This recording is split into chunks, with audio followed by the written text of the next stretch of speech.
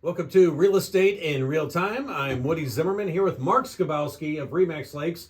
Welcome to the show. Here we are. Good morning. Good morning. So last week we were talking about we get an accepted offer, Yep. and then we were talking about the different stages that you have to go through, and we talked about it's a contract, Yep. getting the earnest money Yep. to the seller in time. That's very important. Yep. And then talking to the lender and doing the what do you call it? The formal application. formal for the mortgage. application Yeah. for the mortgage. Yep. To work through that process and ordering inspections. Ordering inspections and then responding to those inspections. Yes. Yeah. We got through the first stages. We didn't get that far. We didn't get that far. Imagine that. Yeah. I'm not trying to build this up, but there's a lot of detail. There are a lot of details. There's a lot of detail, Yeah. and it's again working with an agent will help you through those details. Yeah. If you listen to the show or you've got an agent, whatever that is, to work through the steps in the process. Because the not knowing is the worst thing. Oh man. Not yeah, knowing what's going on is the worst thing that can Right. happen. And from a buyer's perspective, we used to say it goes into the black hole. Yeah. Once you get an accepted offer, there's things that happen. Oh yeah. And then all of a sudden you come out the other end, poof, you're buying a house. Oh yeah, or like hey, closing is like 3 days. Yeah. Really? Oh, I gotta tell my Right. employer I gotta get off of work. And it's But crazy. it's but changed. Yeah, Since well, I've that's been in good. the business, That's this good. gray hair has come with some Yeah. benefits, I Yeah, guess. yeah. Gray and missing Yeah, hair right. has come with some benefits. Is that, lenders are doing a much better job about keeping their clients, our mutual clients, buyers, right. in the mix on what's going on. Yeah, good. They've got stages, bullet points that, hey, you need to make application. Application has been made. They're notifying everybody in the process so we all know where we're at. Now, I'm not saying every lender does that, but those that do, I prefer to work with because then I know what's happening. Because I'm a control freak with no control at that point. It truly is. Once it goes into that black hole, or what we used to call a black hole, we had no control of it. But there's a lot of things going on in the background. Okay. And buyers, I just want them to understand that the agent's not keeping information from them. They just may not have any information. So you've got it accepted. You've met with your lender. You made the application. Yep. Title work has been ordered. Right. Okay, so a title company has been selected. It's negotiated in the contract who picks that title company. Title work will have been ordered. What's the job of the title company? To make sure that whatever you're buying, there's no liens or encumbrances on that property other than those that everybody knows about. Some will be required to be paid off. If they have an existing mortgage, they know that's going to be cleared up. Right. I've had situations where there's tax liens, where there's garnishments that haven't been taken care of, that the company's recorded, at the courthouse. Anything that is a lien against the property has to be paid off. Yeah. If it's a second mortgage, even with zero balance, they need to get notification that equity line is being closed because there will no longer be an asset to go back on if somebody by chance defaulted on an equity line. Right. Okay? Yeah. So that's what the title company is doing. They're searching, they're finding, they're going to the courthouse, anything that's recorded. For those that think, hey, I'll have people come do some work on me, I didn't like what they did, I'm going to stiff them. It doesn't cost a lot of money for a contractor to file a mechanics lien on a property. They do it all the time. It gets recorded at the courthouse. Those things show up at closing, and they have to be paid for. Yeah, they have to be taken care of. Everything has to be taken care of. Whatever that is, you've got to get that signed off that says those are released. Yeah. And as a buyer, that's a good thing, to make sure that whatever you're buying It's clear. is free and clear. Yeah. Because nothing worse than buying a property and all of a sudden, guess what? You owe somebody else's bill. I'm not a fan of that. What I owe, I'll owe. I'll pay. Yeah. But I don't want to pay somebody else's stuff. Yeah. So that title work is taking place. Title work takes anywhere from a week to 3 weeks. Generally, about 2 weeks is what the title companies will tell you. Depends on how busy they are. Well, okay, so what about this? So, because it does show property lines and so forth, and does it show, like the neighbor put a fence on a property line, over a property line or something, so it's going to show that. Not necessarily. You need a survey to show that, and a survey that is recorded. Yes. So good point. If you're a buyer and you're concerned about that, you should have negotiated that in the contract. Yeah. to have a survey. If it wasn't negotiated in the contract, you're welcome to have a survey done, but you can't void the contract if you find out that the neighbor's fence is on your property. Okay, so are surveys pretty common now or not? You know, still not. Okay. Still not. I think, I say that probably not good grammar saying still not. They are not normal. There are no loans or very few loans that require that you have a survey. Okay. If you're in a platted addition or a platted subdivision, the lines are clearly defined. They're there. Right. The county website is close. It's an approximation. It's not exact.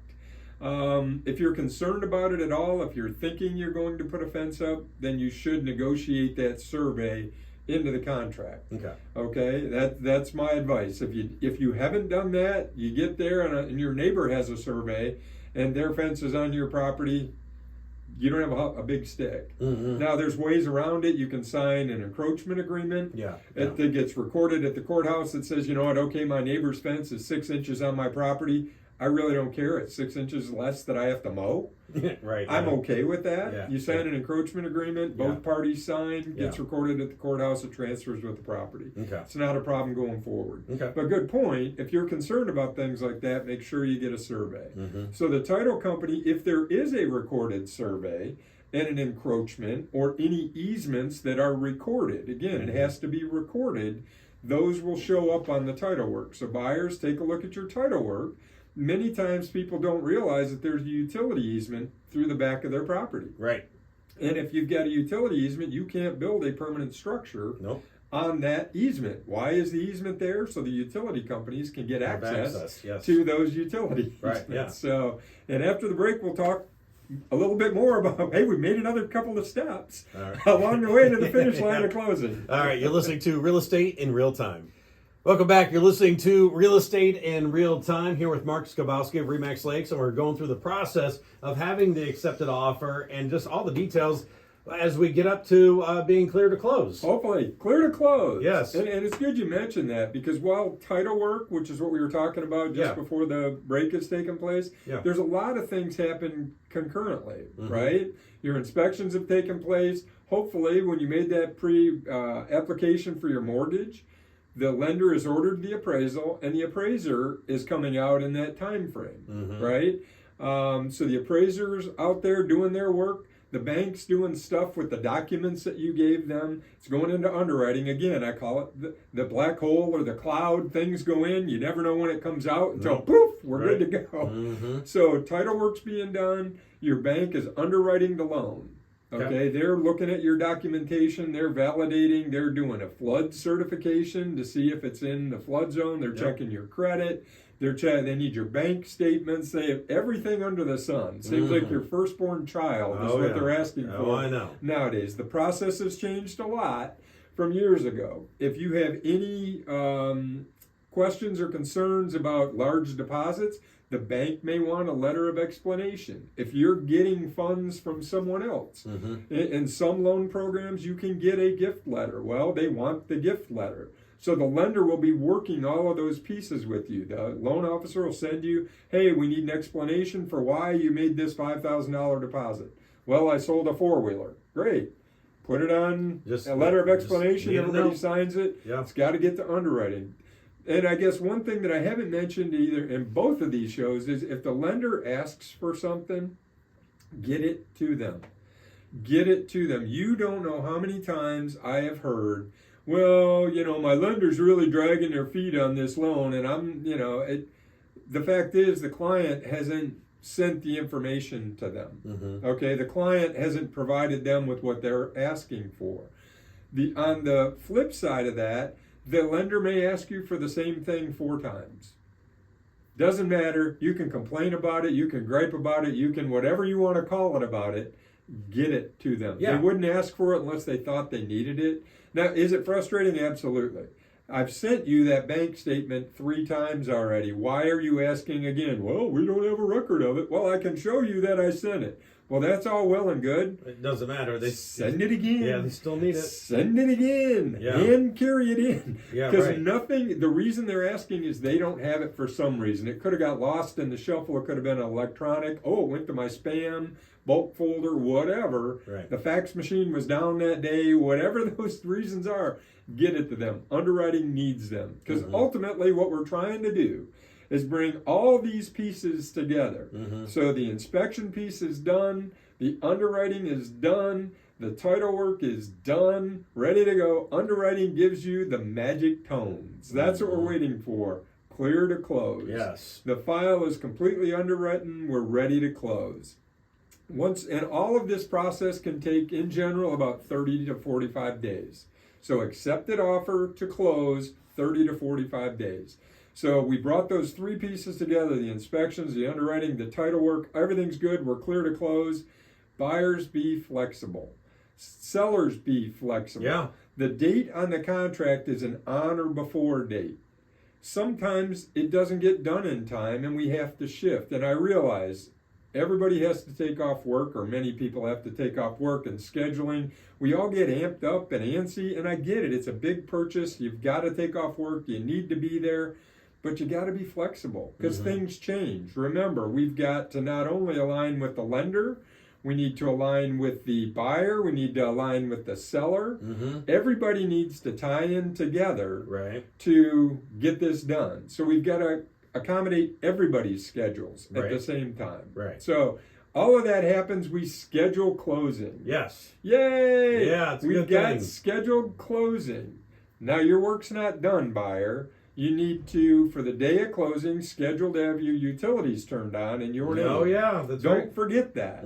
Don't forget that, or you'll show up at the house and may not have power on. Because you know what? The seller is probably going to cut the power off. Right. Once the lender and the title company working together will prepare a closing disclosure and a settlement statement, which will tell you how much money you need to wire, if it's over $10,000, to closing in order to close. And that has to take place. Things need to be wired. It's state law in Indiana. If you're closing at a title company over $10,000, the funds must be wired. You can't bring a check. You can't bring cash.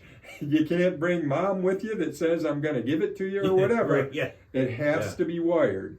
And wiring takes a little bit of time. But be patient, because many times we don't get that until very close to closing. The good news is we close, and based on whatever you've got in your contract, possession at closing in general in Kosciuszko County is what we see. If you've allowed the seller to be there 7 days afterwards, don't ask your agent, when am I going to get possession? At closing, we're going to talk to the seller and get a better feel for when you're going to get possession at closing, okay? So just be assured, we're aware of it. When we're representing you, we know we gave them 7 extra days. I can tell you through experience, many times people don't need those extra days, but if you've negotiated and given it to them, be prepared to give it. Hallelujah, you get the keys, you're done. There you go. Yeah. Wow, that's a lot. Two shows. Yeah, that is 2 shows, and that's a lot of information for a matter of 30 to 45 days. All right, contact information? Website, skabowskiteam.com. Give me a call, 574-527-0660. All right, very good. You've been listening to Real Estate in Real Time. Have yourself a wonderful weekend.